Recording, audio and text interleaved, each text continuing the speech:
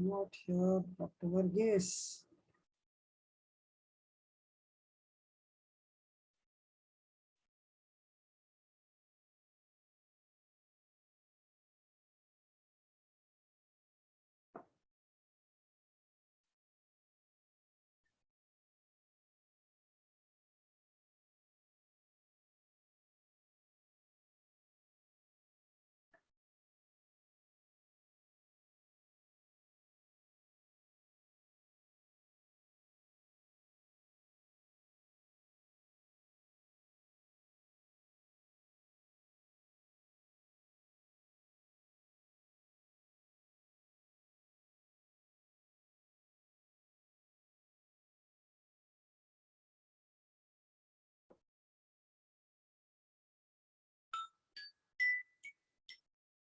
I cannot hear you at all. I've removed my audio device. I reloaded.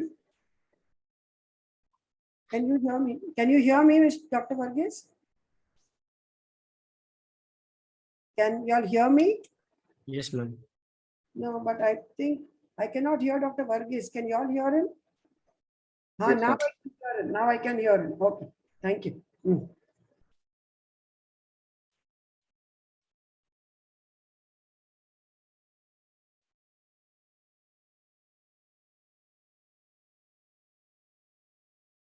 You are muted, Dr. Varghese.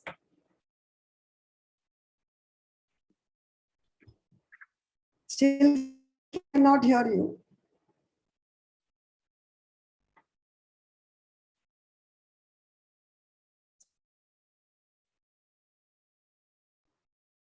Okay, sir. Ma'am, can you hear me, ma'am? I can hear you. The only person I cannot hear is Dr. Varghese Thomas. It's okay. We'll discuss Okay, it. ma'am. Okay. Okay. Mm. Good evening, ma'am. Good This is a 43-year-old female homemaker. She presented with a history of difficulty in swallowing for the last 6 months, intermittent central chest pains in the last 6 months. She had a dysphagia for liquids, which was insidious in onset for the last 6 months, for both solids and liquids for the last 3 months. Symptoms more on some days and less on some days. Slowly progressive in nature over the last 6 months. Intermittent central chest pain and mid back pain spontaneously, and sometimes during swallowing relieved within 3 to 5 minutes. No exertional chest pain or breathlessness. She wakes up from sleep occasionally around 1 to 2 a.m. due to cough for the last 1 month, and she goes to sleep after about 30 minutes thereafter. She gives a history of weight loss of 3 kgs in the last 6 months. So do you want to analyze this history and tell us something? Just can we go Yes, back ma'am. to the previous study? Because this is the entire symptoms of dysphagia that you have. Can you Yes. analyze this and tell me? Yes, I ma'am. think we have So- 10 minutes per case. Am I right, Dr. Varghese? 10 or less. So I think if you can repeat what Dr. Varghese is saying, I cannot hear him. Yes, ma'am. Sir, ma'am is asking, is it 10 minutes per case? Yes, ma'am. It's 10 minutes per case. So what you do is in 1 or 2 minutes, just tell me what this indicates. Okay, ma'am.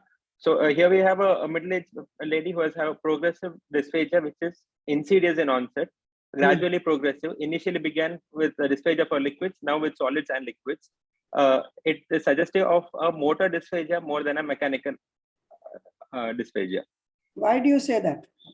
Because the onset of liquid dysphagia beginning first, and then later on having both solids and liquids is favoring a motility disorder.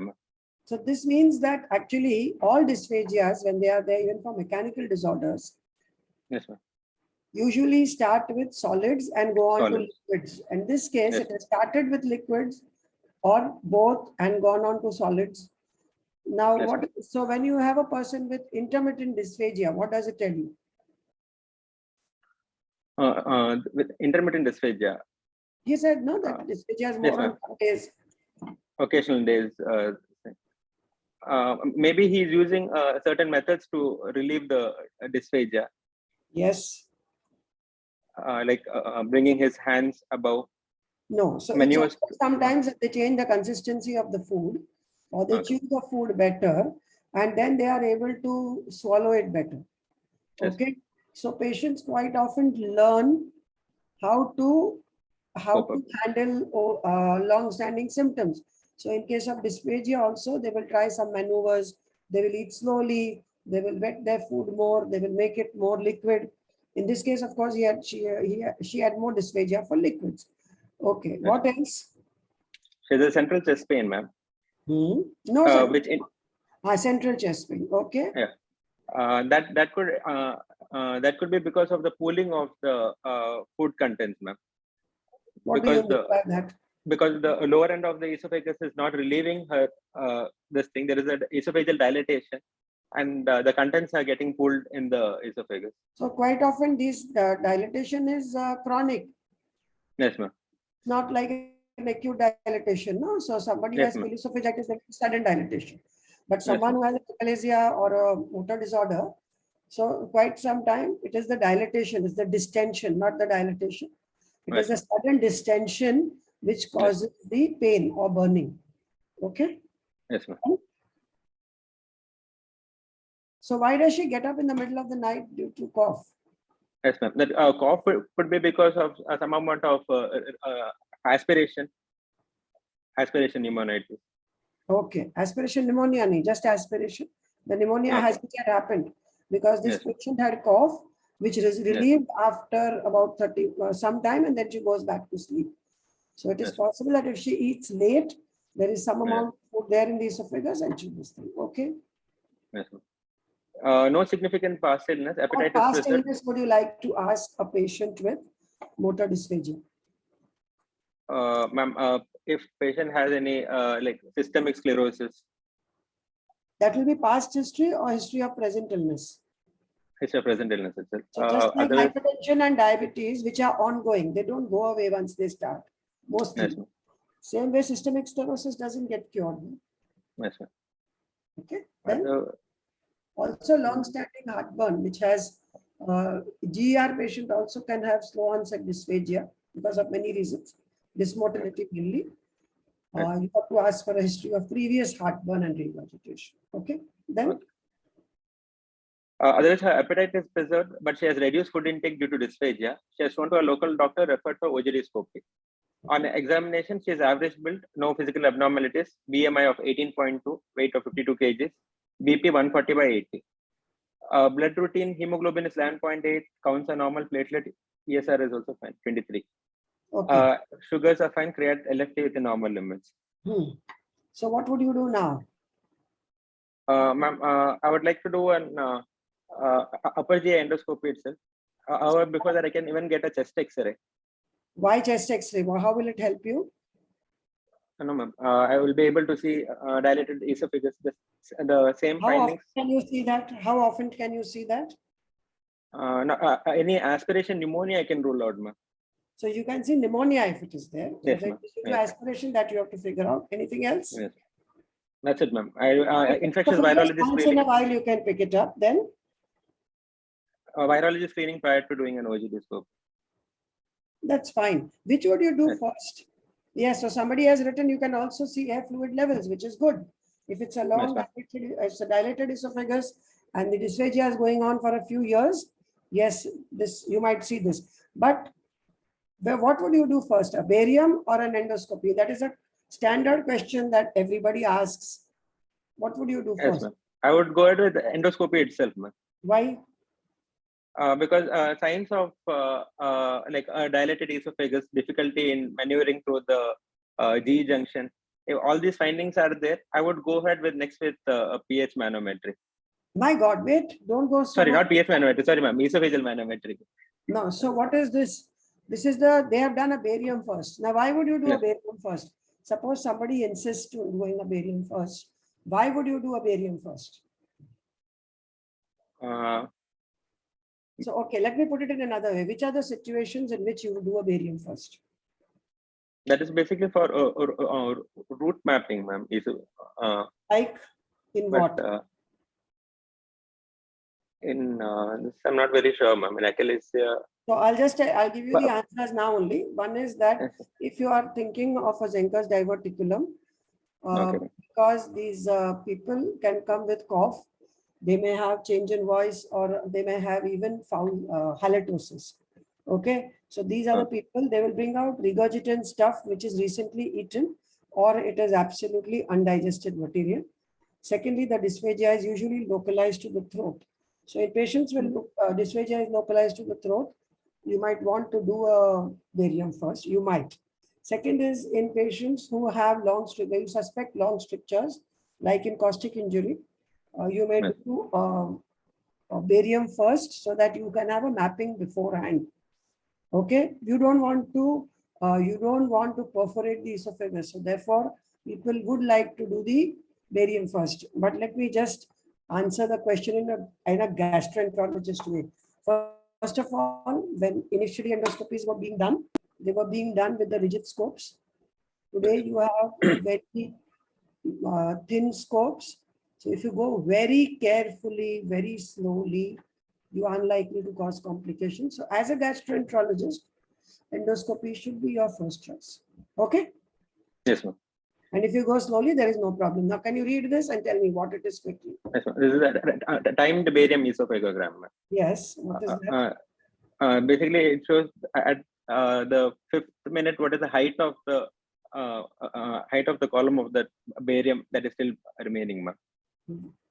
So what It shows is that?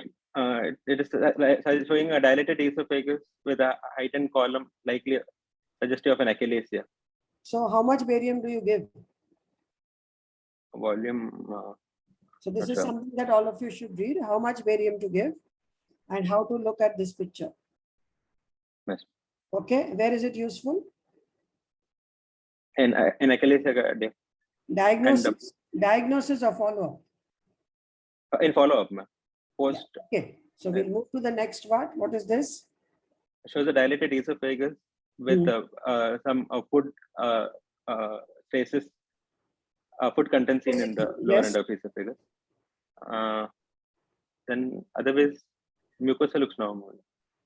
No, you cannot comment on mucosa in the presence of a residue. It has Yes. to be cleaned out and then only you can comment. Okay. Okay.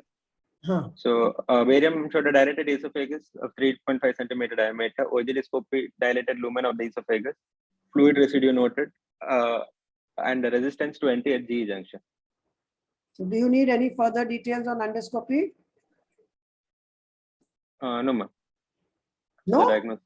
Anyone? Who are the other people who are answering these questions, Dr. Thomas?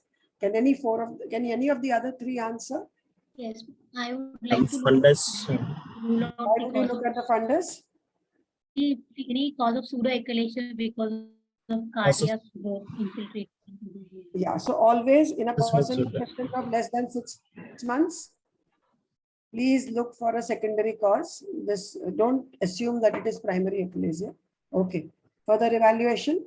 So this is a manometry. You want to read it? Yes, ma'am.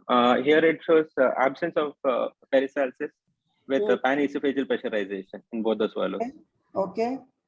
What else does it Suggestive show? of then What else does it show?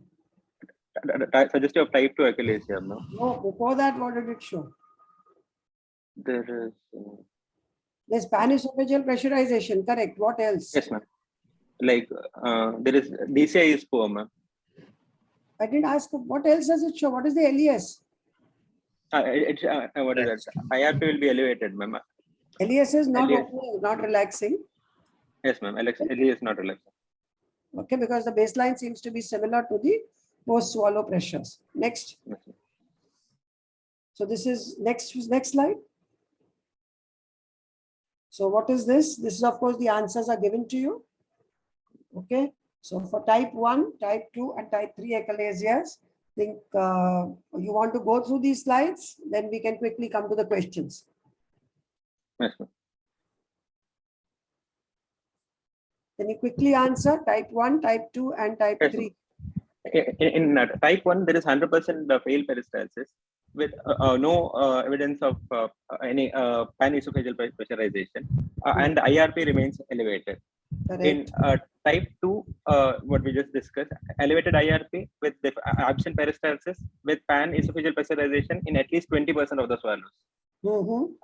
And in type 3, there is elevated IRP with the New Chicago says 100% absent peristalsis with more than 20% of the swallows showing a pre-esophageal, premature contraction of the Along esophagus. with, Sorry, ma'am. so if my pointer, just can you go back? I think there was somebody who asked this question. Just go back. So can you all see my pointer? No, I don't think you all can see my pointer. I can see, ma'am. The high pressure is starting from the upper sphincter down to the lower sphincter. It is called panesophageal pressurization. Okay, go to the next. Who is moving the slides, Dr. Thomas? Are you moving? Next. So let's come to the management. Which is the best management for this? Ma'am, Like since the patient has got type 2 achalasia, Hmm. actually all the modalities can be offered for him. That is a pneumatic dilatation, POEM, as well as laparoscopic Heller's myotomy. Hmm. Now, since each procedure has its own advantages and complications. Hmm. Pneumatic dilatation, for example, initial response is very significantly good, as much as 70 to 90%. Hmm. And recurrence after 5 years is seen in about 50% of the cases. Hmm. And among them, only about 30% requires a repeat pneumatic dilatation. However, since it is a blind procedure, it carries a risk of perforation, which is How much as is high the as perforation rate? perforation risk can be as high as 21%. No. Don't go into as high. What is the routine perforation rate? Don't scare your patients saying that 1 in 5 of our patients will perforate. How many perforations have you seen after pneumatic dilatation? Not one also. How many have you done? How many achalasia dilatations have you done at your institution? Like actually, before we used to do a pneumatic dilatation itself, ma'am. We recently started doing a POEM. Fine. Okay, so we won't go into those details, but yes, the chance of a serious perforation is about less than 1%. Yes, okay. Yeah. Okay, now, so I think just go back to the previous one. There is only the last two you will answer because we are running out of time. What is the prevalence rate of reflux? Yes, reflex rates following POEM is higher than Heller's myotomy, ma'am. POEM, it is usually about 57%, and in Heller's myotomy, it's about 30%. No, However, POEM is about 40 to 50%. Heller's myotomy is about 8 to 10%, and dilatation is about 5%. Yes. Okay, and how to prevent it? PPIs needs to be given, ma'am. Is it prevention? I think you can all go back and read the prevalence rates of reflux and all these and how to prevent them. Okay. Yes. Who's the second one? Ma'am. Yes. So This is we're running about very late. So we'll quickly go to the history so we're not spending time there. Okay. Okay. Yeah. 23-year-old female college student, history of dysphagia of solids and liquids, progressive over last 2 months, can only take liquids now, that too with difficulty. She has accidental ingestion of formic acid 2 months ago, was hospitalized immediately. Endoscopy was done and was told to have damage to the throat and food pipe. She was kept nil orally for 1 week and had some IV medications. Was on liquid diet for past 2 weeks afterwards and had mild chest pain on swallowing. Now notice difficulty to swallowing on attempting to eat semi-small 4 weeks on.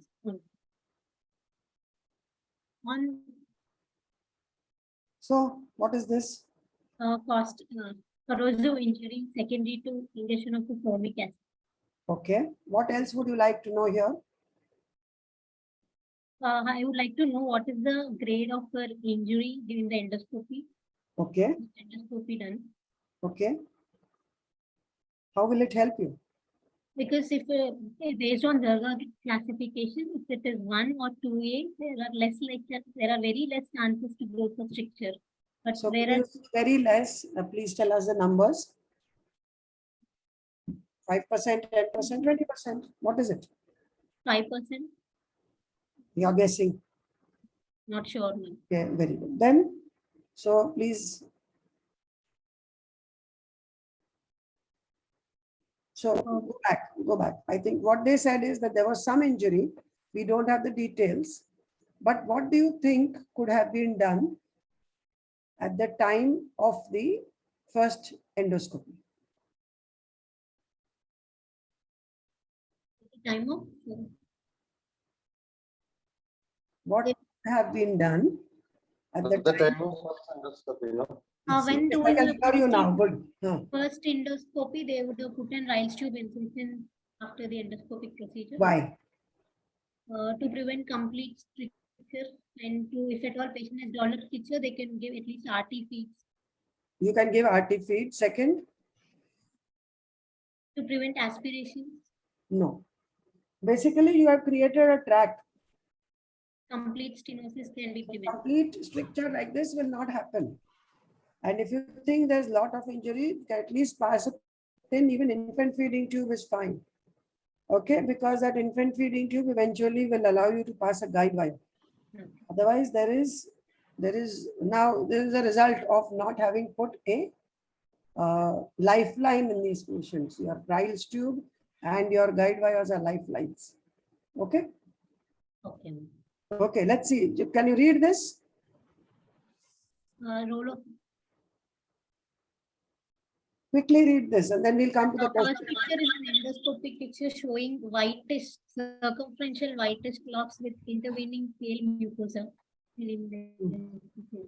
And the barium? Barium swallow, there's a long thinned out stricture extending from mid to the distal esophagus and How upper do you know it is made?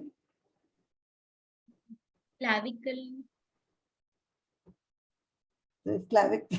You can see the clavicle and the trachea next to it. No? Yes. Clavicle is on top and the trachea is running Trachea. parallel. So it's almost upper. Up.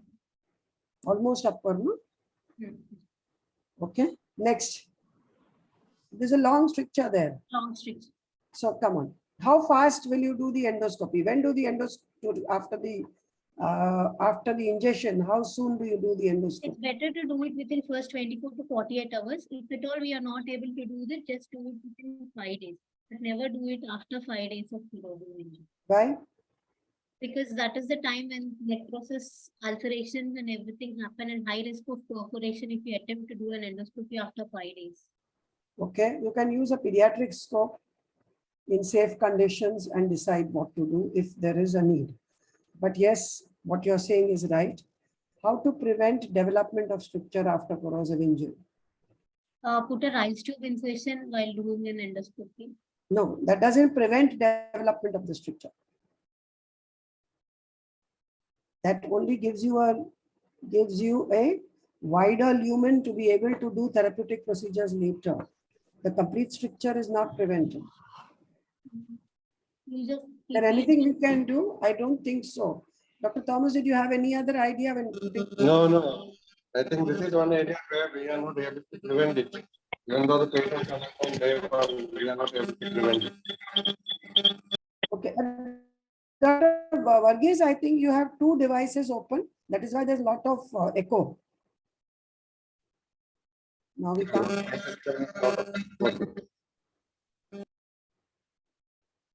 Okay. So define a resistant stricture of the esophagus. Resistance stricture is the one which is failed to get dilated above 14 millimeters even after 5 sessions of endoscopic therapy, which are 2 weeks apart. How many weeks? 2 weeks apart. Each session is 2 weeks apart. And mention the types of esophageal dilators quickly. 1, 2, 3, 4, 5. One is boogie dilators, other is balloon dilators. In boogie, you have guided, which are Savory Gileads. In non-guided, Melanie dilators. Balloon dilators, you have CRE, controlled radial expansion balloon, and pneumatic dilators, which is specifically. Are you going to use? Okay, so then pneumatic dilators are not used here. Glacia, it's only Okay, what about the through the scope dilators? through the scope TTS, through the scope dilators as well. Balloon. As well. Okay. Any others that anybody, Dr. Varghese, can you think of any others? So those Maloney dilators are no longer used because High risk of perforation because of blind push. Yeah. Yes, so they are blind dilators. Okay. What kind of stents can you use here? In corrosive strictures, we can put a covered esophageal stents.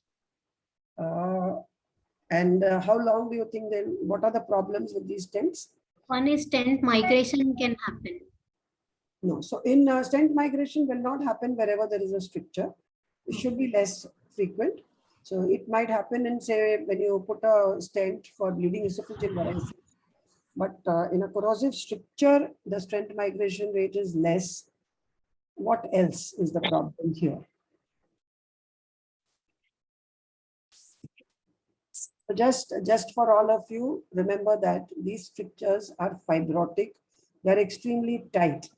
And when you put a self-expanding stent, it starts opening out on its own. And therefore, there is severe chest pain in these people. And if the fibrosis has not yet occurred and there is edema when you put the stent, these people may actually have a perforation because fibrosis is the one that prevents the perforation in these people. Okay. Okay, ma'am. Next, the case 3. Thank you. Thank you. Who is doing 3? Yeah, ma'am. Ma'am, myself, ma'am. Huh. In case 3, 58-year-old 58-year-old male, chronic smoker, 10 pack years, presents with dysphagia for solids, 4 months, which is progressive. The holdup of food is felt somewhere in the upper chest. What So further? what other symptoms do you want to ask for? Ma'am, 58-year-old and he's a smoker. So, like whether any signs of weight loss, loss of appetite. Anything else? Signs, whether he has cough, signs of aspiration. Anything else? Whether there was any history of bleeding or coughing out blood. Unusual. Then? Okay. So dysphagia for 4 months, which is progressive. You will ask what is the current state of dysphagia, no? What is the level of dysphagia now? Yes, what saliva, liquids, whatever. Change in voice? Yes, ma'am. Whether any hoarseness of voice is present. Yes. Okay. Here. Yes. Cough and choking sensation immediately on swallowing since past 2 weeks. Cough at rest and exertional breathlessness since 1 week. Mucopurulent expectoration and irregular fever since 5 days. Fever. Intermittent possibly. Yes. Patient can chew food properly and initiate the act of swallowing. No nasal regurgitation. No hoarseness of voice. No weakness of upper limbs. No weakness of limbs. No unsteady gait. What does that mean and why do you ask that question?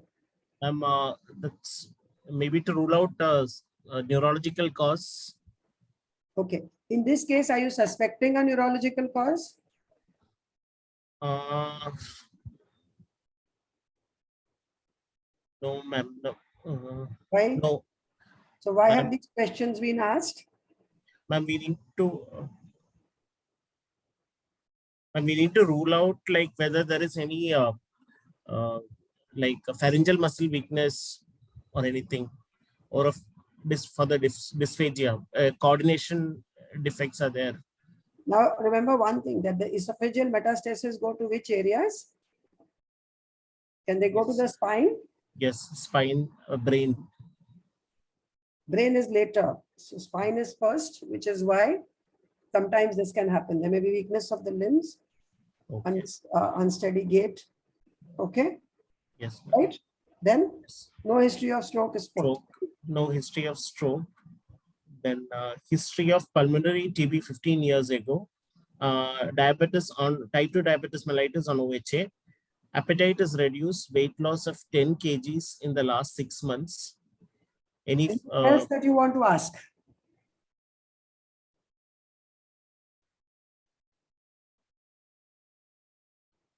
Okay, so the examination, let me just... BP is 140. No, don't read everything. We know that BMI 16.4, which means he's really malnourished. Supraclavicular lymph node and abdomen is normal. Chest shows some chest dullness, diminished breath count. So quickly summarize and tell me what you will do. I'm patient presented with progressive dysphagia to solids, and there is history of respiratory symptoms with expectoration, mucoid expectoration, and fever. History suggestive of aspiration pneumonia because he Yes, has history. fever, cough. So in short, I'll tell you how you will describe it. This is a case of chronic smoker, progressive dysphagia, who now has cough and choking while swallowing, and also has signs of or symptoms of an aspiration pneumonia or an infection, because he has purulent expectoration and fever. And on examination, only the left supraclavicular node is punctured. Okay, so your diagnosis is? Ma'am, What is your diagnosis? CA esophagus. No, so you have to start with saying this is a mechanical obstruction of the esophagus. Yes. Okay. Most likely To be CA be a carcinoma. malignancy, to be a malignancy, malignant etiology, along with a aspiration resulting in aspiration pneumonia. And a left supraclavicular lymph node is positive. That means there is already node involvement and Node spread of the disease. Okay. So what do you see here? Ma'am, it's a friable lesion. Bible is on. So what do you see? Ma'am, probably a fistula. I don't know whether I cannot see a fistula with one film. This is I can see friable tissue. Fiber only you can say if it is doing it, no? Yes, so friable is something that you do on touch. Luminal narrowing Here. and some growth. There is luminal narrowing, Yes, ragged edges. Yes. There is a growth which is protruding into the lumen. yes. Uh, That's all you can see with edema, say in the proximal. yes. Now see this quickly and tell us what you see. There are some things which are marked out for you. Yes, ma'am. The arrow. So the endoscopy says where is sorry, by looking at the CT, can you tell us what level this is? This is at the T4 level, ma'am. Crossing of aorta can be Very seen. good, very good. So their esophagus, I can see it is enlarged. There is a growth. How do you know that? There's thickening of the wall. Thickening of the wall. And what else do you see? I'm not sure what the arrow is highlighting actually, whether it's, I think it's. So there is one arrow going anteriorly and then one arrow going towards the right. The Is one there an air pocket is there? in the picture B. Is there an air pocket there which is marked as L? What is that? That's a lymph node. Okay. What is that, Dr. Varghese? Okay. Endoscopy, circumferential ulcero-proliferative lesion seen at 19 centimeter from the incisor teeth. Lumen appears narrowed and scope could not be negotiated beyond, only with difficulty. The esophagus below the lesion appeared normal. Lesion extends for 5 centimeters. Biopsy taken. CT chest, large mass lesion 5 into 6 centimeter in the middle mediastinum. In close relation with the esophagus and just below the level of bifurcation of the trachea, abutting on the arch and descending aorta. Multiple mediastinal lymph nodes, size 12 to 32 millimeters seen. Consolidation of apical portion of the left lower lobe. The tissue plane between the mass and bronchus is not well defined. So what does that mean? This is what it is showing. Tell us. There is this is a barium swallow, which is showing there is a bit esophageal stricture, and there is trickling of barium into the airway, the bronchial tree. and Left. on the left side. Also on So the right. probably, oh yes, ma'am, slightly to the right also. Yes, then. Shows So that is over. So there is a fistula. What else do you see? there is a before the stricture, there is I can see dilatation of the esophagus, the proximal esophagus. Yes. The distal part looks normal. Okay. That's What is this kind of a stricture called? What kind of appearance is this? Very classical appearance. I'm sorry, ma'am, I don't know the names. This is called as an apple core appearance. So what you understand from here is one, that you see a long stricture and the sides actually there is as if it's cut off on both sides, which suggests, so you look at the lower end, you see a wedge here at the lower end, which means that there is tissue ingrowth over there. Okay. So it is not like a corrosive stricture. A corrosive stricture look different. It is not like this. So this is an apple core appearance. Okay. Then Bronchoscopy showed ulcerated lesion just beyond bifurcation on the left bronchus. Histopathology report of esophageal ulcer showed poorly differentiated carcinoma. Okay. Bronchoscopic washing showed inflammatory exudate. I'll just be back in a minute. Dr. Varghese, can you just carry on the discussion? Yeah. Can you hear me? So like I can hear echo, like Yeah, you are audible, but I can hear with echoes. So the final diagnosis will be CA esophagus with tracheoesophageal fistula and left lower pneumonia.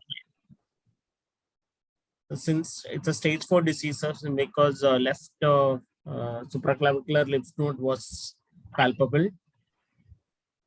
And what are the management? So palliative stenting can be done, covered esophageal stent for the tracheoesophageal fistula, and palliative chemotherapy may be offered for the patient, and treatment for the pneumonia part also. Hello. Hello. So, Yes, sir. Okay, so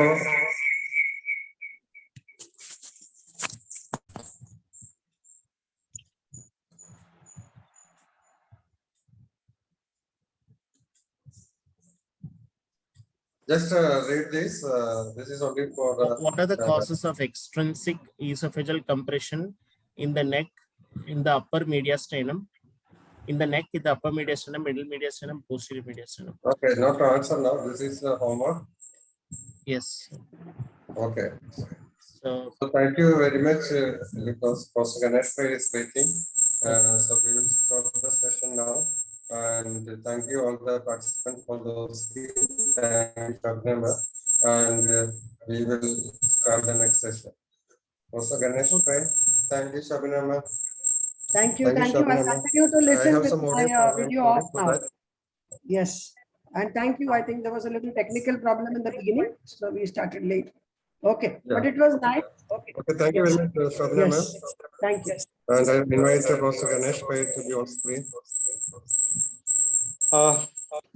Good evening. I don't know how to switch on the video part. You are not visible. I guess, yeah, I guess you can see me now, and I guess you can hear me now. Okay. Can you hear? Good evening. Can you hear?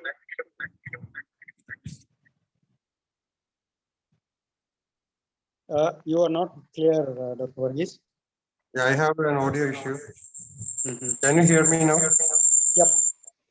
Okay, so we will start the case. Are you going to share the slide from your side, or shall I do it? How do I do that? Why don't you do that? No, because I have a technical issue, so I may not be able to communicate. But I can show the slides. You'll have to tell. I can Okay. listen to you. I have no idea where to go for the slides. Okay, so I will upload the slides and ask the other people to start the case presentation. Okay, thank you.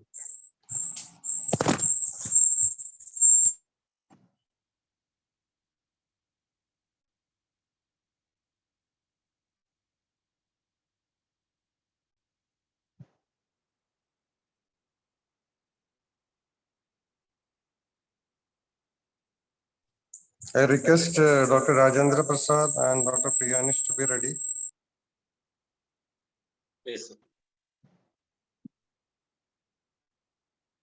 Dr. Namit unfortunately cannot present his case. His grandfather is no more, so he is not available. So Rajendra, please read out the slides and discuss the initial part. The investigation management will be discussed by Priyanesh. So Rajendra, please over to Professor Ganesh. Look, Yeah, go ahead. a 72 years old female homemaker, resident of Nagarkoil, informant patient herself. Reliability is good. Presented with complaints of itching all over the body since 2 weeks. Complaints of yellowish discoloration of eyes and urine for the past 10 days. Patient was apparently normal till 2 weeks back, when her symptoms in the form of itching all over the body, yellowish discoloration of urine followed by eyes, insidious onset, gradually progressive and painless. No prodromal symptoms prior to the onset of jaundice. No history of intake of alternative medications. Not associated with fever with chills, abdominal pain, clay color stools. Not associated with abdominal distension, melena or pedal edema. No history of weight loss or loss of appetite. Past history. Patient is a known case of hypothyroidism, systemic hypertension, and no previous history of hospitalization, receiving blood transfusion or surgery. No history of similar illness in the past. In the personal history, consumes mixed diet, non-smoker, does not consume alcohol, no high-risk habits. Family history, no family history of liver disease.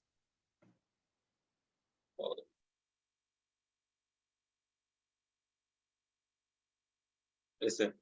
So basically, 72 years old female with known hypertension and hypothyroidism, presented with pruritus 2 weeks, followed by jaundice for 10 days, without evidence of chronic liver disease or drug intake or prodromal symptoms. So my symptomatic diagnosis cholestatic jaundice. I could not able to differentiate intrahepatic, extrahepatic. I will consider intrahepatic and extrahepatic in this condition. By intrahepatic, my differential diagnosis are one is so viral hepatitis, drug-induced liver injury. Third is granulomatous liver disease. Whereas extrahepatic, I will consider malignant causes, cholangiocarcinoma,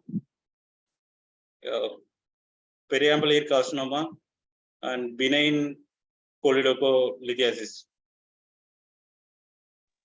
See, doctor, give me your name again, please. Rajendra Prasad, sir. Yeah, Yes. Rajendra, I'll call you Yes. Rajendra. Yes, sir. You've given us a long list of differentials. But even before that, Yes, sir. I would like to go into a little more details of the history. Okay, sir. I think you told us about some comorbidities. Am I correct? Yes, sir. What comorbidities does she have? She has a she is a known case of hypothyroidism and hypertension, sir. Hypertensive. Yes. Now, you talked to us about alternative medicines. Yes, sir. Yes, sir. What medicines is she taking for her comorbidities, and could they be the cause of her symptoms now?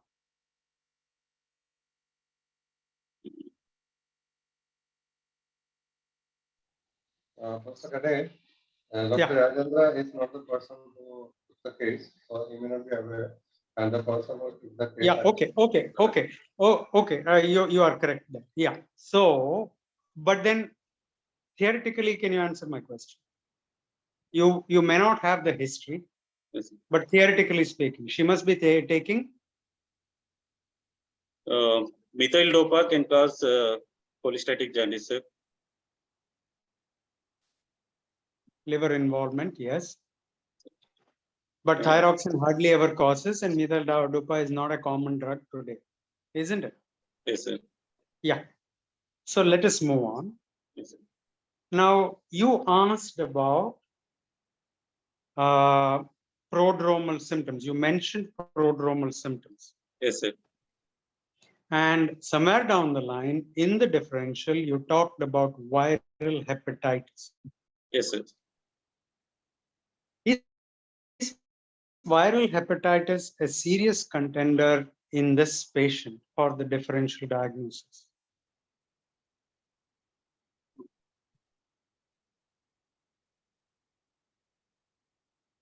Did you understand my question? Sorry, sir. Can you repeat again, sir? Professor Ganesh, can you repeat the question?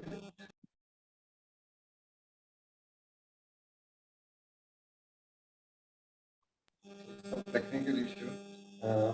Is Rajendra, viral hepatitis a very important differential diagnosis for viruses? Viruses hepatitis A and hepatitis C and hepatitis C in this age group will consider viral hepatitis for cholestatic jaundice, sir. Why are you considering these three viruses at the age of 72?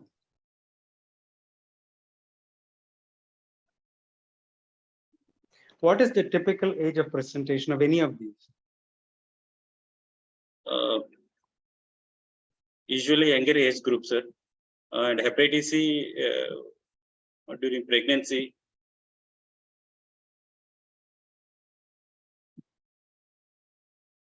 Well, one can look at it slightly differently. Typically, A and E occur in younger age or adolescence or whatever you want to call it.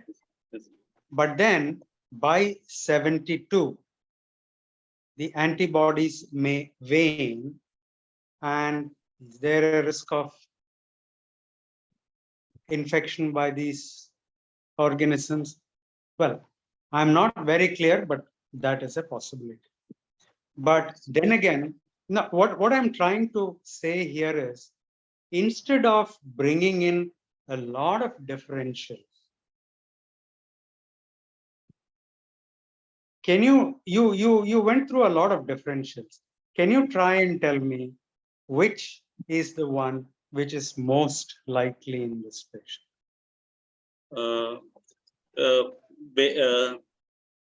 Because of age consideration, extrahepatic causes. In extrahepatic causes, periampullary carcinoma or cholangiocarcinoma, mainly extrahepatic malignant causes, first possibility, sir. Yeah, I would simply put it as extrahepatic, or even if you don't use the term extrahepatic, it is fine. Neoplastic or even malignant biliary obstruction. With three words, I have sort of homed in. Now I have to ask you, why malignant biliary obstruction? Why not an alternative cause for biliary obstruction? So you see, we have homed in on biliary obstruction. At least I have left behind the intrahepatic causes. I have homed in on the extrahepatic causes. And now we are talking about neoplastic or malignant biliary obstruction. Now, why malignant biliary obstruction? Why not another cause for biliary obstruction? There is no evidence of cholangitis in this patient. which is more favorable for malignant biliary obstruction than benign biliary obstruction, sir. No, I'm a little, you have confused me a little bit. Can you clarify that point?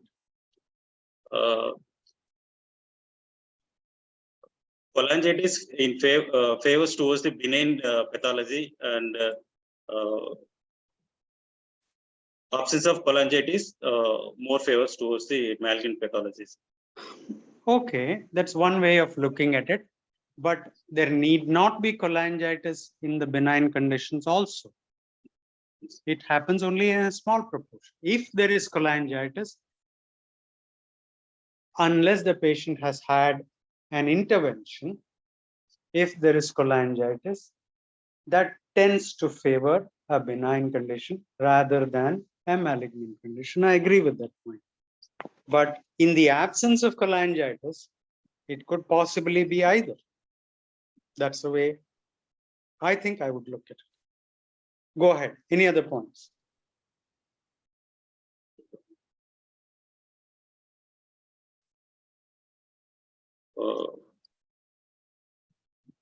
Progressive jaundice is favor for malignant biliary obstruction, whereas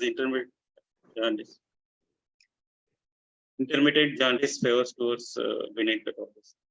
See, this is a very short history. So how much intermittency can you expect? 2 weeks of symptoms, am I correct? So how much of intermittency can you expect? Okay, let's move on. What about abdominal? Associated weight loss favors towards the malignancy. Fair enough. Fair enough. But weight loss can happen in non-malignant causes of biliary obstruction also. Maybe not in 2 weeks' time. Maybe not in 2 weeks' time. We must also bring in the fact that whatever we tell our patients will restrict food, various kinds of food in the presence of jaundice. She herself is a grandmother, but there will be enough grandmothers and uncles and aunts around who will say, don't eat this, don't eat that, etc., etc. But then for all that, 2 weeks is probably too short a period to have noticeable weight loss. Also with abdominal mass favors towards the malignancy. What about abdominal pain? Abdominal mass? Abdominal mass favors towards the malignancy, sir. But is there a mass at this stage in our discussion? No. Okay, you mean to say if the patient complains of a mass? Yes, awareness of lump in the abdomen. See, absence of a symptom is not exactly the opposite of presence of that symptom. I hope I'm making myself clear. Patient may have no symptoms, patient may have 1 of 5 symptoms in a disease, patient may have 2 of 5 symptoms, 3 of 5 symptoms. They may still not have 1 or 2 symptoms. So absence of a symptom is less important. Okay, what about abdominal pain?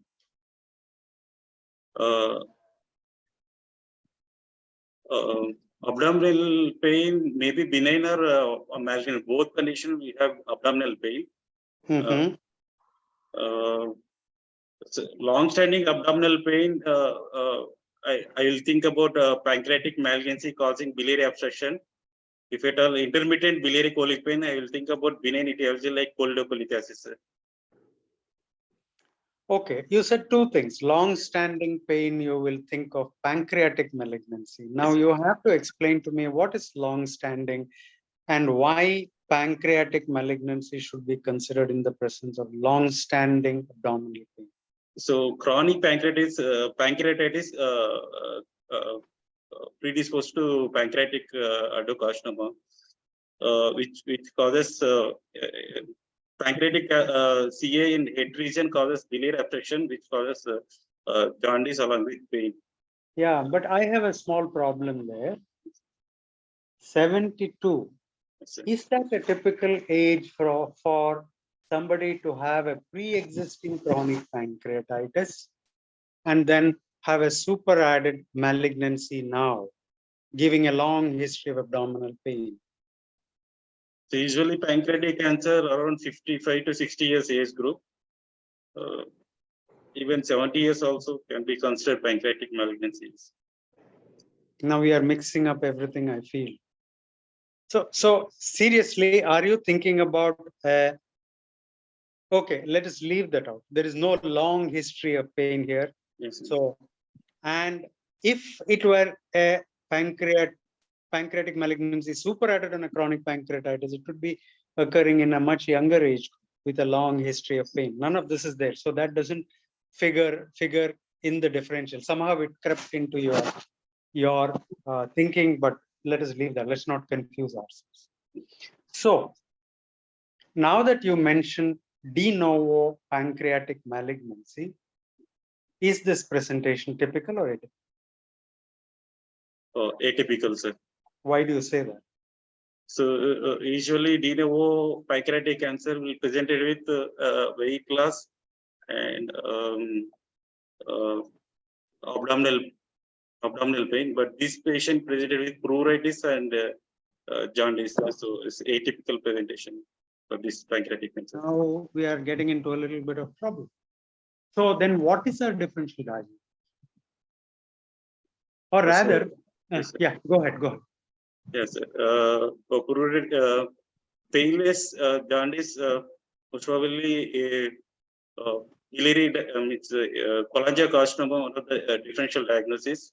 Okay. And diurnal malignancy is another differential diagnosis. But not a malignancy in the head of pancreas. When does the pain happen? If the malignancy, it is a pancreatic malignancy, and it is in the head of pancreas, and the patient is presenting with jaundice, does the pain happen early? Does the pain happen a little later in the disease? Pain is earlier than jaundice, sir. First pain followed by jaundice. I think I have to disagree there. A small lesion in the head of pancreas can cause an obstruction to the bile duct. It need not, in fact, you mentioned the word periampullary. The periampullary is a location. By using the term periampullary, we are talking about a location. By talking about pancreatic head malignancy, we are talking about a location, but also we are talking about an organ, a tissue. Okay, so pain, typically they see a head of pancreas, they would present like this. Call it periampullary if you want. Call it see a head of pancreas if you want. So to me, malignant biliary obstruction, 2 weeks history, can present like this. Pain is not an early feature. Like you happen to mention at some other point, presence of pain might have, of course, the pain characteristics are also important, but presence of pain might have indicated a benign condition, maybe in a younger person. So here is somebody who is 72, progressive symptoms, jaundice, itching, absence of abdominal pain, absence of cholangitis. To me, this is fairly typical of extrahepatic malignant biliary obstruction. There is weight loss also in this. So, do you agree with me now? Yes, sir. Or do you want to raise any questions? I don't know whether there can be crosstalk, by which I mean I can ask questions of others or others can raise questions. Okay. Yeah, sure. So what happens now in the sense, I think, are there any questions from anybody else? Is there anything? With the 2-week history of obstructive jaundice, viral hepatitis unlikely. HIV can cause cholestasis in 3/4 week of illness. Besides, there are no prodromal symptoms. I agree with most of the points. 72 is not a typical age group for this. So these are some of the things that we had discussed. Yeah.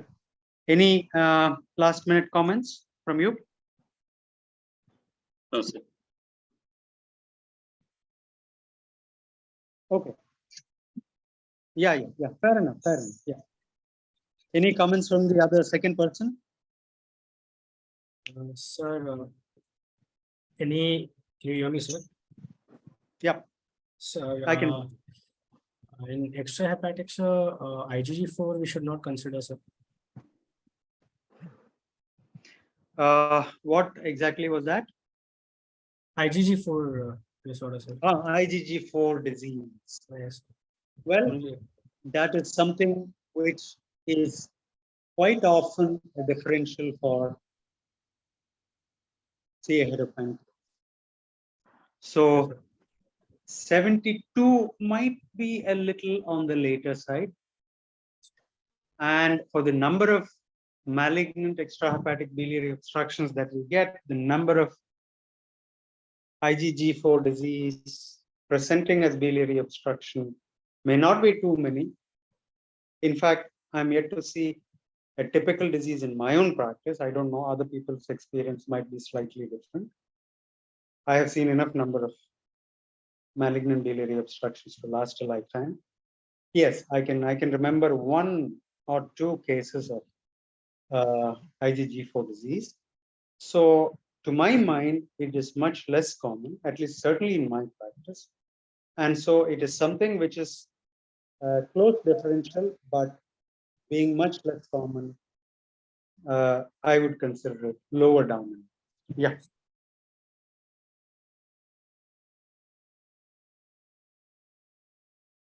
Yeah, sure. Go ahead. Yes, sir. On general examination, moderately built and nourished. Height is 144.5 centimeter, weight is 58, and BMI is 28.2. Patient is conscious, oriented to time, place, and person. Pulse rate is 72 beats per minute. Blood pressure 120/70 millimeters of mercury. Right arm in supine position. Icterus present. No pallor, pedal edema, or lymphadenopathy. No stigmata of alcohol liver disease. On systemic examination, oral cavity, no nicotine staining of gums. General hygiene is good. On abdominal examination, inspection, umbilicus is central in position. All regions moves equally. No scars or dilated veins. On palpation, inspectory findings were confirmed. Liver palpable just below the costal margin, along with the mid-clavicular line, which was firm in consistency. Smooth surface. Spleen is normal. GP not palpable. Percussion, no shifting dullness. Liver span is 14 centimeter. Auscultation, no hepatic bruit. Normal bowel sounds are heard. Other systems are unremarkable. On examination, positive findings are icterus only, sir. On abdominal examination, no mass was palpable.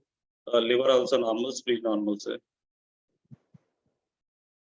Is this the kind of liver you would expect in, see, we were thinking of neoplastic or malignant biliary obstruction. Is this the kind of liver you would expect, just palpable below the right costal margin? No, sir. In extrabiliary obstruction, I will expect hepatomegaly. Here, borderline liver span. Yeah, okay. So what conclusions can you draw now? So on systemic examination, there is no obvious mass and there is no palpable gallbladder. If at all extrahepatic biliary obstruction, most probably above the cystic duct insertion. Yes, sir. Can you draw that conclusion? How often do you get a gallbladder in an infracystic malignant biliary obstruction? It is there, it is typical. Like I was saying, absence of a history, absence of a finding. Yeah, it is suggestive. I agree with you. The gallbladder not being palpable suggests that the obstruction might be above the level of cystic duct, but I wouldn't be too sure about it because sometimes, for various reasons. Now, even look at this person's BMI. This is obviously an obese person, right? Yes. Yeah. Go ahead now. So,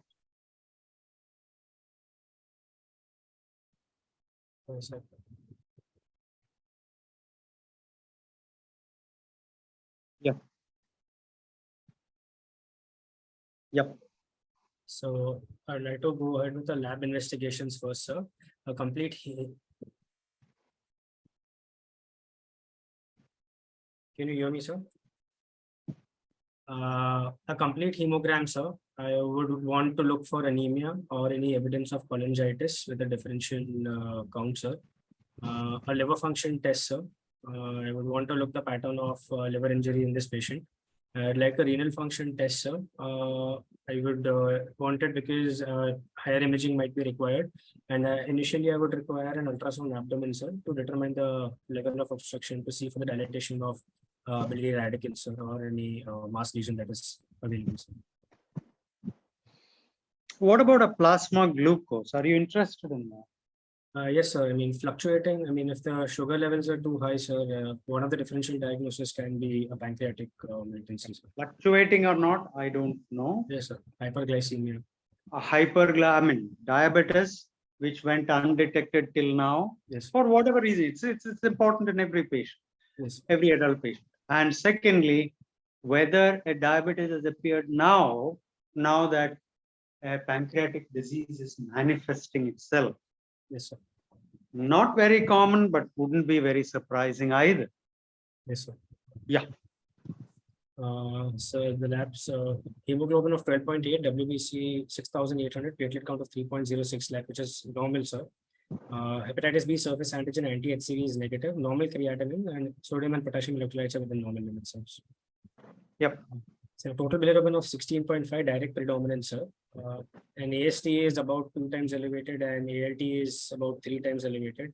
And alk-phos is about 3 to 4 times elevated with a normal albumin and globulin, normal INR.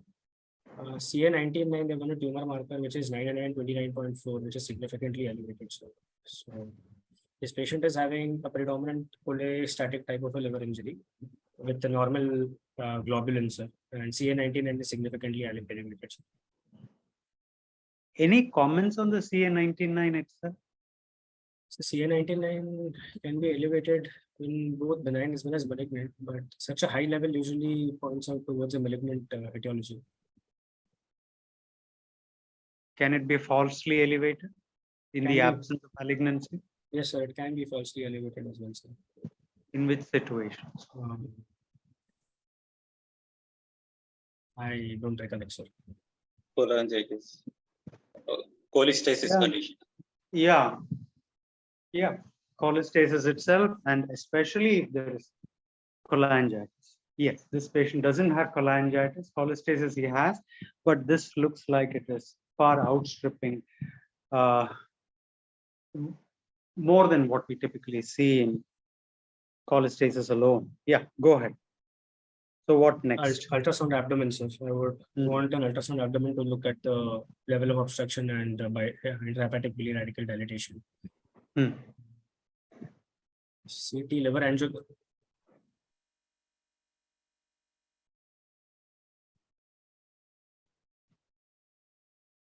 CT liver angiography is okay.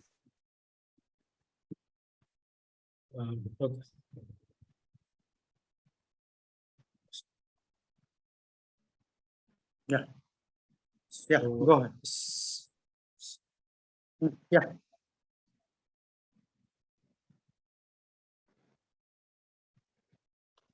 See, I don't mind. The problem is that there is no working diagnosis. Any abdominal pain, you get a CT. Any vomiting, you get a CT. Any diarrhea, you get a CT. That is my problem. See, in this patient, we will anyway need a CT. So if we go ahead straight instead of an ultrasound, with that particular thinking, I have no problem. The problem that I find is, first of all, they are half-baked CTs without proper contrast, without proper faces and all that, for any abdominal symptom. That's what I keep seeing. That's what bugs me. I hope I have answered your question. Yeah. Yeah. Fair enough, fair enough, fair enough. Fair enough. Yeah, fair enough. Yeah. Yeah. Yes, the liver is normal in size. Ill-defined hypoenhancing area in segment 8. right and left hepatic ducts are dilated with abrupt cutoff at level of common hepatic duct. Ill-defined enhancing area with involvement of the common hepatic duct of 17 by 6.9 mm. Distal CBD is not dilated and focal encasement of right hepatic artery is noted.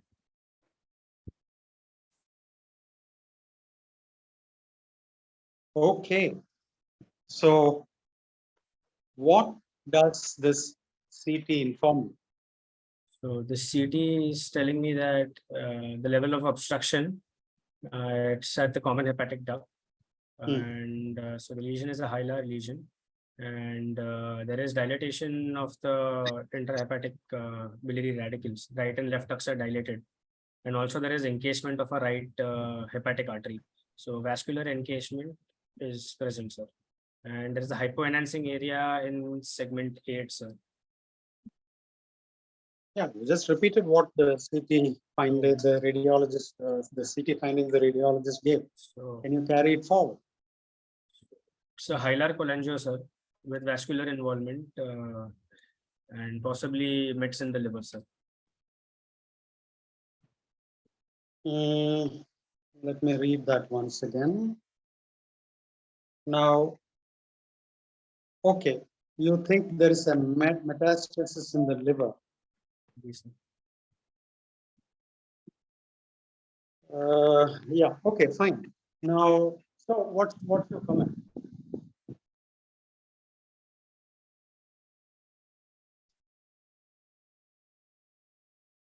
So I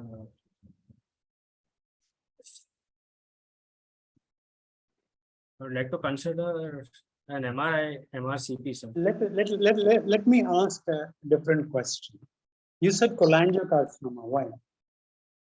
So the level of lesion is common hepatic duct, sir.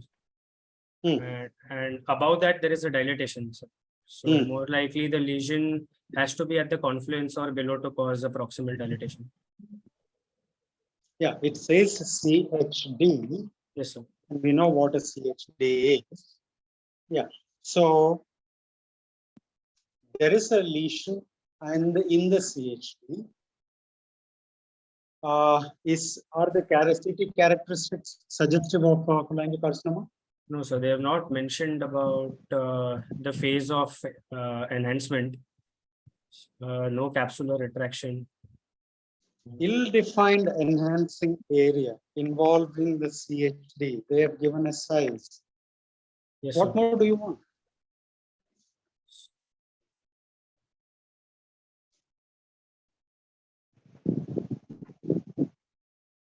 It's a cholangio, sir. The enhancement will be in all the phases. So that phases would just help out. Is that the typical enhancement in a cholangiocarcinoma?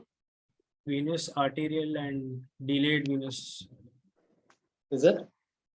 Why does enhancement happen on a CT in a lesion?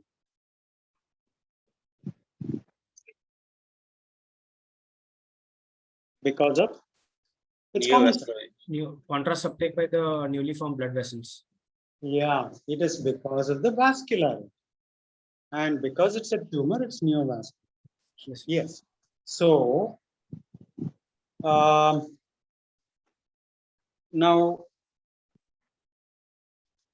what next? You said something about MRCP. Yes, sir. Why? If it's a cholangio, sir, it's a better modality than a CT, sir. Now, what extra information would you be looking for in the so-called better investigation? Involvement of secondary biliary radical involvement that can be seen. Well, I don't have the pictures of the CT here, but what does the CT say? Yeah, that doesn't matter. Yeah. So what does CT say? CT is saying only abrupt cutoff at CHD with an ill-defined enhancement of 17 by 16. Well, I would assume, I would like to look at the CT myself films, but I would assume it is confined to the CHD, Yes, sir. which means the mental picture that I get from the description is the right and left ducts are spared. Yes, sir. Well, one has to confirm that. A radiologist has said that. A radiologist is always better than, I presume, a gastroenterologist in reading an abdominal CT. But yes, we try to read our own CTs, and sometimes occasionally we may pick up findings which they have overlooked, so that's fine. So MRCP, what advantages do you say? Do you really need an MRCP? It's not showing any lesion in the ducts, so MRCP might not. Has an MRCP been done, Dr. Varghese? Yeah.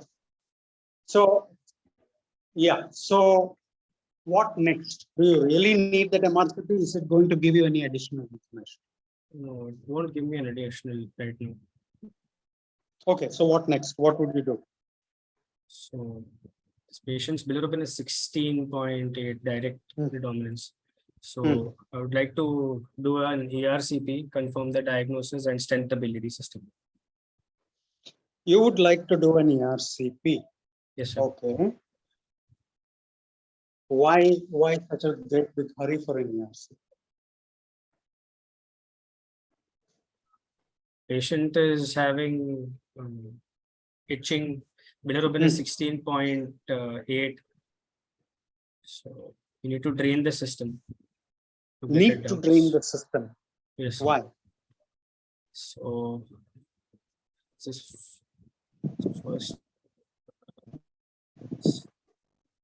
pre-op you need the bilirubin levels to be Okay. low. Yeah. Even if I have to start off a chemotherapy What is adjuvant. What is that? Sorry, sir. Yeah. Go ahead. See, what is the stage of the disease, do you think? So hinder. Do you think this is an early disease? Do you think this is an advanced disease? It's an advanced disease, sir. Right hepatic artery is encased. Not only that, there is an ill-defined hypo-enhancing area In segment 8. Yeah, T4 disease. Right? Yeah. It's a T4 disease. What is that? T4 disease, sir. Okay.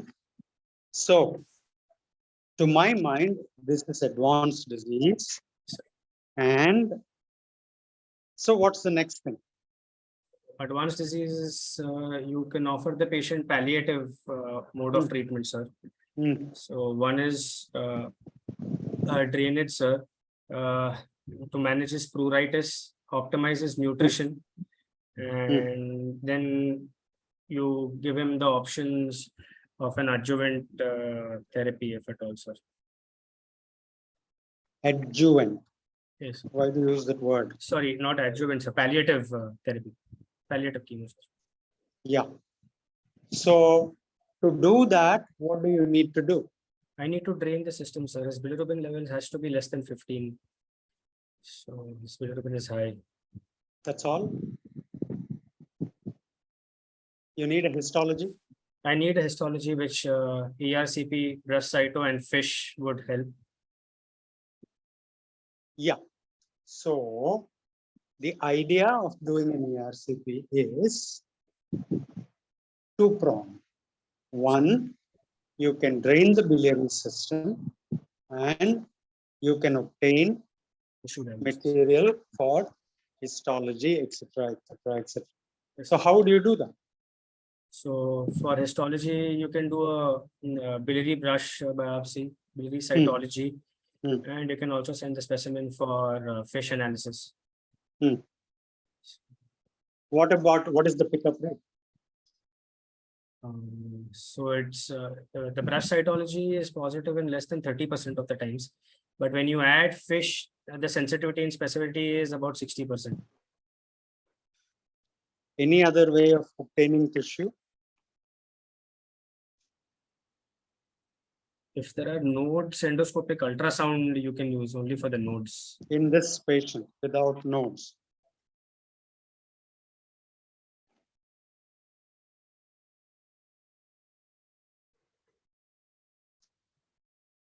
Percutaneous transcatheter induced cancer. Percutaneous what? Transhepatic catheterization, sir. What is that percutaneous transhepatic catheterization? You mean to say you will do a PTBD? PTBD will just help in draining. Ah. Bites can be taken during that, sir. Can you get an FNA from that segment 8 lesion?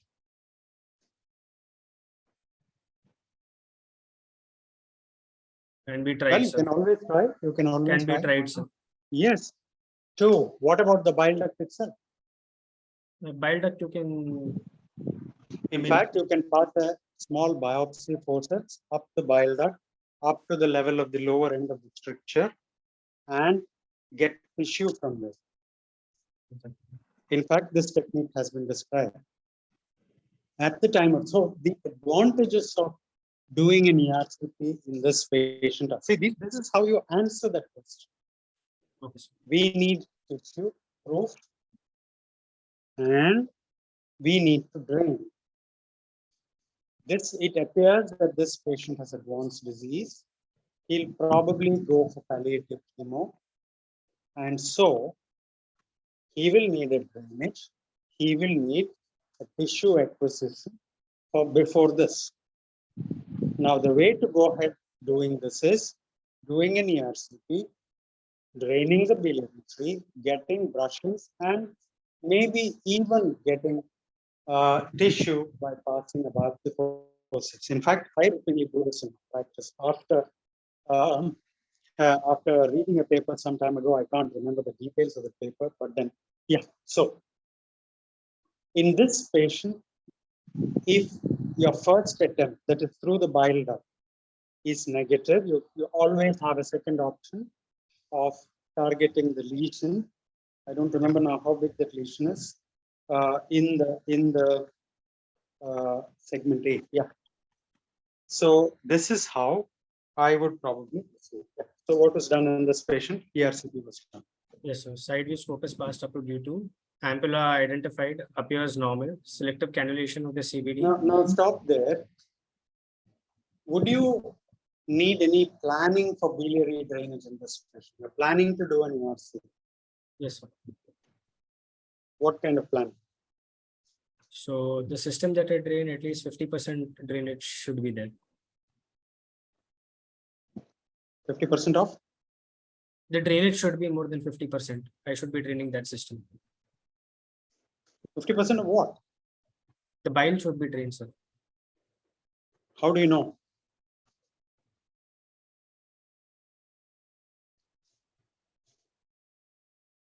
You mean 50% of the liver?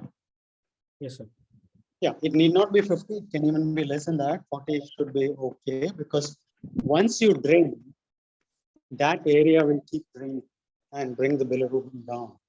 Yeah, so, but what kind of planning? What else in a cholangiocarcinoma, in a hilar lesion?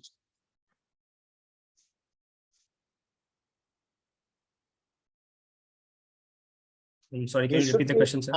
Yeah. What kind of planning or precautions before ERCP in a hilar malignancy? Any extra precautions? Use air rather than contrast. That is something a lot of us do. Yes. See, I would want to define the type of stricture very, very, very clearly. That is because unlike in anywhere with a failed drainage, there is a risk of cholangitis. This cholangitis can be bad because it is hospital-acquired organism typically.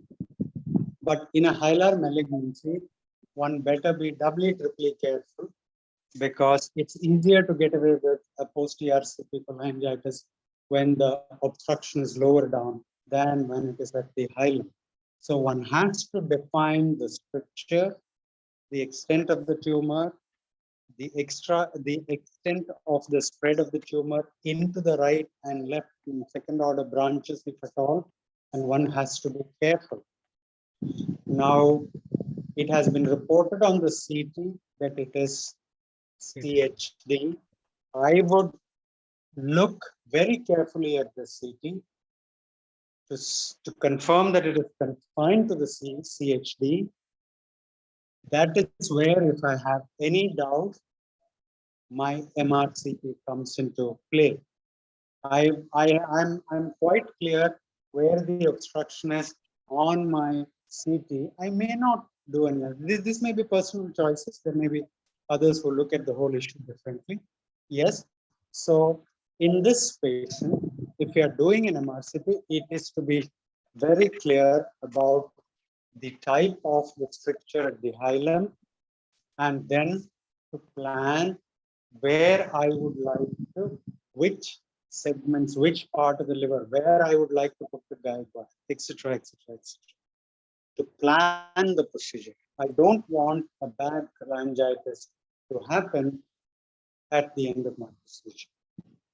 This way, I can also, because it's going to be a prolonged procedure, I'll be passing in the brush up and down, I'll be passing the biopsy posits up and down, etc., etc. Okay, what about stent? What kind of stent would you like to use? So it's an advanced disease, sir. So if the life expectancy, I'm thinking is going to be less than 3 months, then the plastic stent, sir. So what is the life expectancy going to be like in this patient? In a HILA with an advanced disease, sir, at least 12 months is the life expectancy, sir.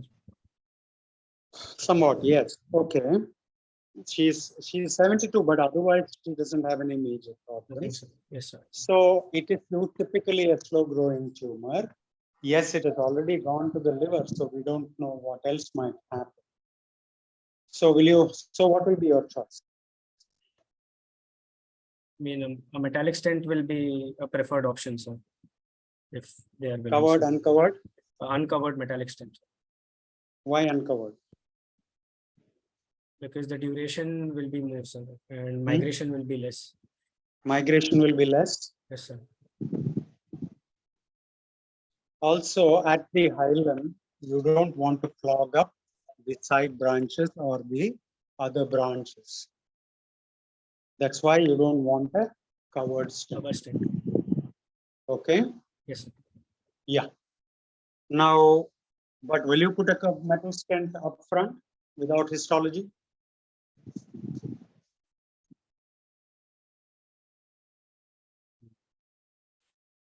What was done in this patient? Plastic stent has been put, sir. One side, two sides? Only right duct is written, sir. Do you think that is good enough? Is there an ERCP picture there?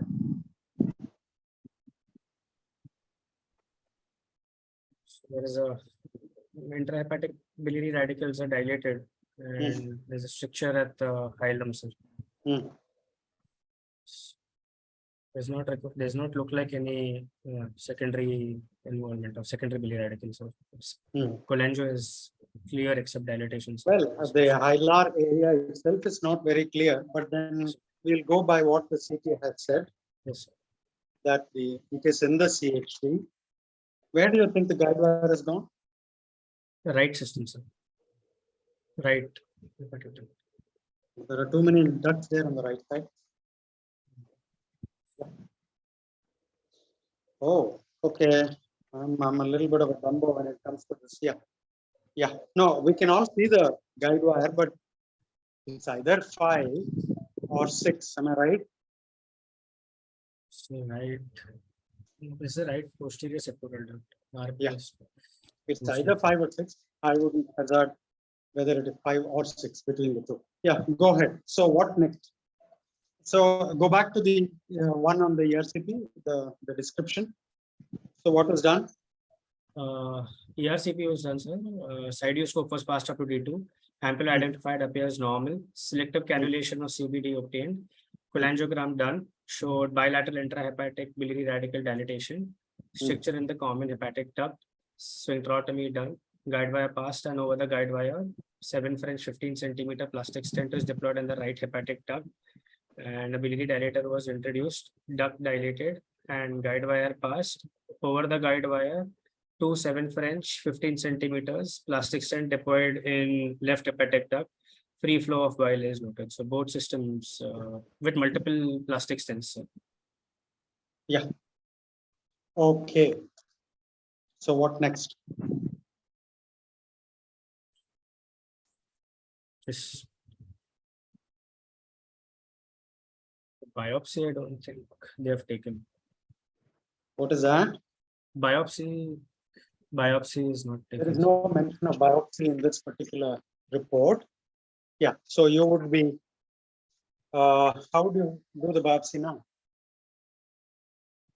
So now the segment 8 lesion, we Yeah, can you try. can go for the segment 8 lesion. You can go for the hilar lesion. They're very small, 1 point something something. But yeah, either of these, depending on the comfort level of the radiologist, you can obtain. Do we have anything there? Yeah. Yeah. Yeah. Yeah. Yeah. Okay. Okay. No problem. Yeah. No problem. So what do you expect? Yeah.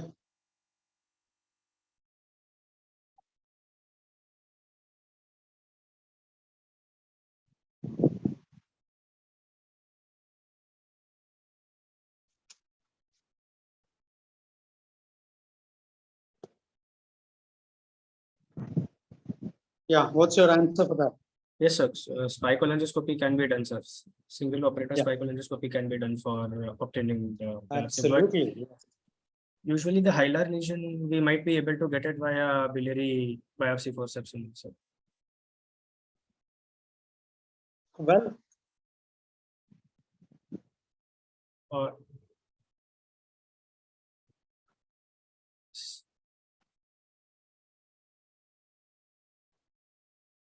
fish, spy bite, spy. Yeah. Segment. Yeah.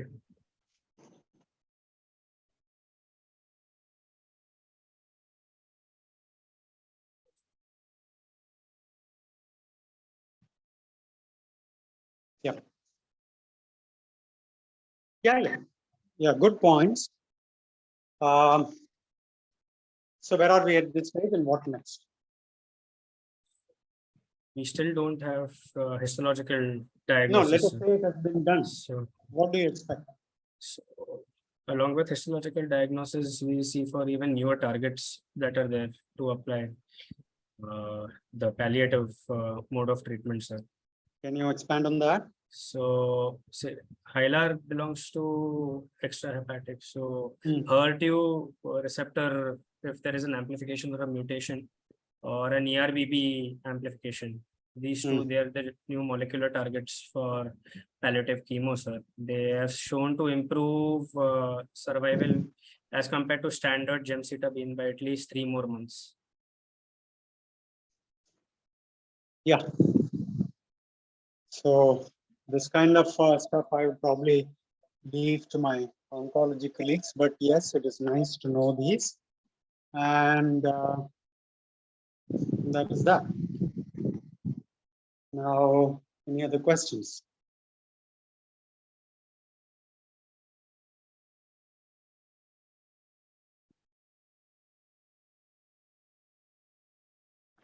That is something that I didn't actually think about. See, couple of things here. What about yeah, let me put it this way. Short history, but the disease was already quite advanced.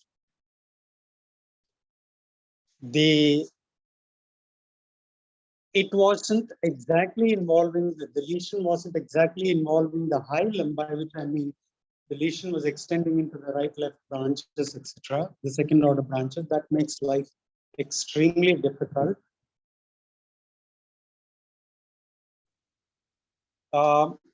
I don't know why 7 French stents were placed. 10 French stents might have been better, but then that's fine. Sometimes these strictures are difficult to dilate. We have to satisfy ourselves with 7 French stents. The next difficulty might actually be in getting the histology. But then again, one has to look at the patient's age and how well she's going to tolerate her palliative chemo.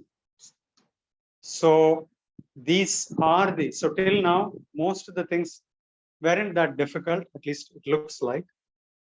Now are the slightly difficult points of getting the histological proof and then deciding on the palliative chemo. So this is how I would like to look at the whole thing, whole problem. Yeah, fairly straightforward case, nothing much to discuss actually. But then again, please, one comment to the presenter, please don't bring in all your differential diagnosis at one go. Now, we would like to hear what is your most likely possibility in this patient. Now, you put your points for, points against, and say why you think this is my first possibility. And then you say, this is my second possibility. The way I look at it, keep 6 possibilities in mind in the order of preference. If you don't have 6, 5, or 4, or 3, why do I say 6? Sometimes it's possible. 3 important, 3 less important in the order, but you are going down that line. You bring in the first, you see how the discussion is going, and then only bring in the second, and then bring the third, only if you are asked. So I am ready. I have these 3 most likely differentials, out of them 1, 2, 3 in the order of my preference. Rather than saying viral hepatitis with cholestasis, drug-induced hepatitis with cholestasis, this with that with that. So that is one point I would like to advise the person who has presented and discussed the initial part. Yeah, that's a very important point. The diagnosis with the most number of positive points in favor must be the number 1. And you should have the least negative points and perhaps the last one. Second thing, there is no need to give a huge list of differential diagnosis. It will look like a theoretical answer, like a cause of obstructive jaundice. No? So the most likely diagnosis from the history, that is what. And second, you have the added advantage of having seen the patient in the end. So then also we can narrow down the DD. Okay, so with that, you should form the list of DD, maybe 3 or 4 or maximum 5, with the maximum points in favor for the first diagnosis, because that is the one which is going to be discussed in great detail. Okay. I think, is there anything else you want to mention, Professor Ganesh Bhai? No, it's a pretty straightforward, fairly easy case. Doesn't matter, but I think we have covered most of the aspects that we. Okay. Yeah. Yeah. Thank you, Professor Ganesh Bhai, for finding time to join us. I'm sorry we started a little bit late, 8:40. No, not at all. Not at all. We had some technical issues in the beginning. Professor I Shobna, had to. yeah. I was afraid Always some problems crop up. Today I could not talk in the early part. There was a technical problem. And this case was actually prepared by Namit, and who is not with us right now okay. because he has gone home. So that's why we are not able to expand on the history. But on behalf of ISG Kerala chapter, a big thank you to Professor Ganesh Bhai. Most welcome. Most and welcome. Also, I thank Professor Shobna Bhatia ma'am for joining us for the first part, that is OSCE on Oesophagus. And I also thank all the presenters for agreeing to present. And again, read around the topic. Whatever we have discussed today, please read up, brush up, and so that it will stick with you for a longer period. With these words, I want to conclude the session. Good night to all of you. Good night. Good night. Thank you. Thank you, Giti. Good night. Shobna ma'am, you are there. Any comments? Thank you for listening. No, I think you summed up everything. I just wanted to say thank you. Okay. Okay. Thank you. Thank you very much for being with us till the end. Bye. Bye, Ganesh. See you. Good night.